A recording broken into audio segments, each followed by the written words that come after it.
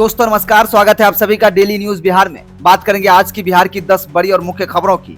लेकिन उससे पहले यदि आप चैनल पर नए, चैनल को सब्सक्राइब कर लें, बेल आइकन को दबा दें, वीडियो अच्छा लगे तो वीडियो को लाइक कर दें और कमेंट करके जरूर बताएं। तो चलिए बात करते हैं पहली खबर की। दोस्तों बता दें, लोजपा रामविलास की ओर से गुरुवार को मुजफ्फरपुर के MIT मैदान में लोजपा की तरफ से नव संकल्प महासभा का आयोजन किया गया, जहां हजारों की भीड़ चिराग पासवान को सुनने पहुंची।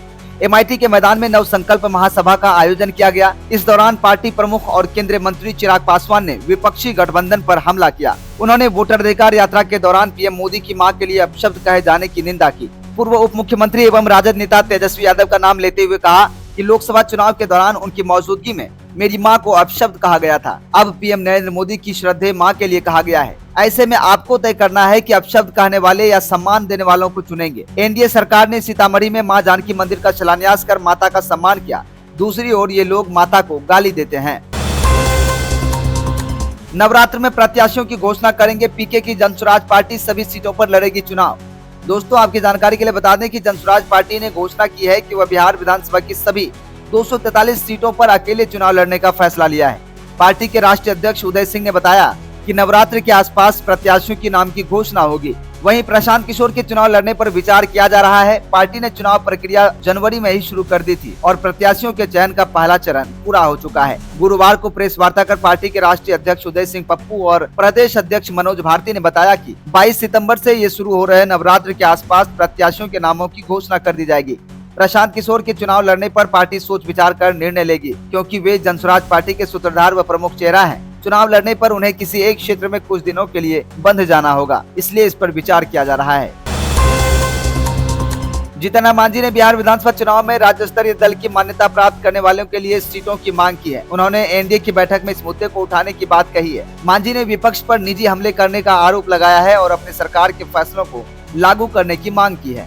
संतोष सुमन ने कार्यकर्ताओं से चुनाव की तैयारी करने का आह्वान कर दिया है। हिंदुस्तानी अवाम मोर्चा के संरक्षक एवं केंद्रीय मंत्री जीतन राम मांझी ने गुरुवार को नई दिल्ली के कॉन्स्टिट्यूशन क्लब में आयोजित पार्टी के राष्ट्रीय अधिवेशन में कहा कि उन्हें बिहार विधानसभा में इतनी सीटें चाहिए कि राज्य स्तरीय दल की मान्यता मिल सके। इसके लिए 6% वोट शेयर और 7 से 8 विधायक जरूरी हैं। मांझी ने कहा कि NDA की बैठक में उनकी पार्टी इस बात को प्रमुखता से रखेगी।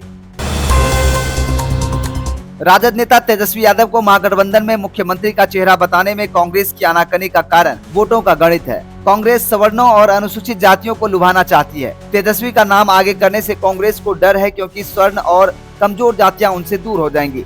राहुल गांधी क्षेत्रीय संतुलन बनाना चाहते हैं, इसलिए कांग्रेस इस मुद्दे को टाल रही है। तेजस्वी का नाम पहले ही आगे कर देने से सवर्णों के साथ कमजोर उपजातियों, विशेषकर अति पिछड़ा के कांग्रेस से बिदकने का डर है। इसलिए चुनाव संपन्न होने तक कांग्रेस का शीर्ष नेतृत्व तेजस्वी के नाम को शायद ही आगे करे।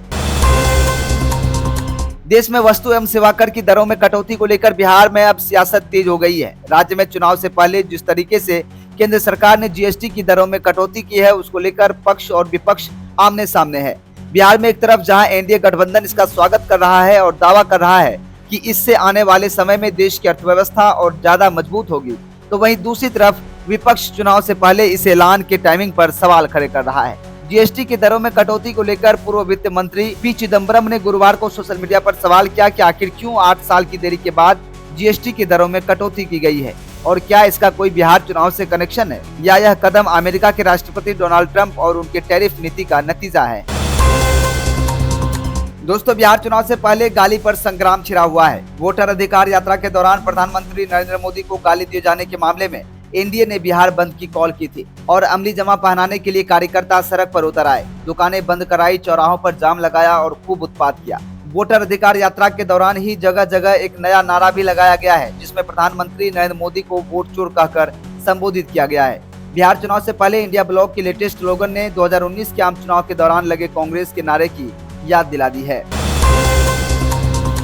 पंजाब में आई भीषण बाढ़ ने वहां के लोगों का तो सब कुछ छीन लिया ही है, लेकिन इसका टीस अब बिहार में भी दिखने लगी है। मधुबनी और सहरसा जैसे जिलों के सैकड़ों प्रवासी मजदूर को जो पंजाब के खेतों में मजदूरी कर अपने परिवार का पेट पालते थे, अब रोजगार संकट से जूझ रहे हैं। मधुबनी के सैकड़ों श्रमिक हर साल पंजाब के खेतों में धान बुआई और कटाई करने जाते हैं। यही खेत खलिहान उनके घर परिवार की खुशियों का सहारा होते थे, लेकिन इस बार बाढ़ में डूबे खेतों ने मजदूरों की उम्मीदें तोड़ दी है।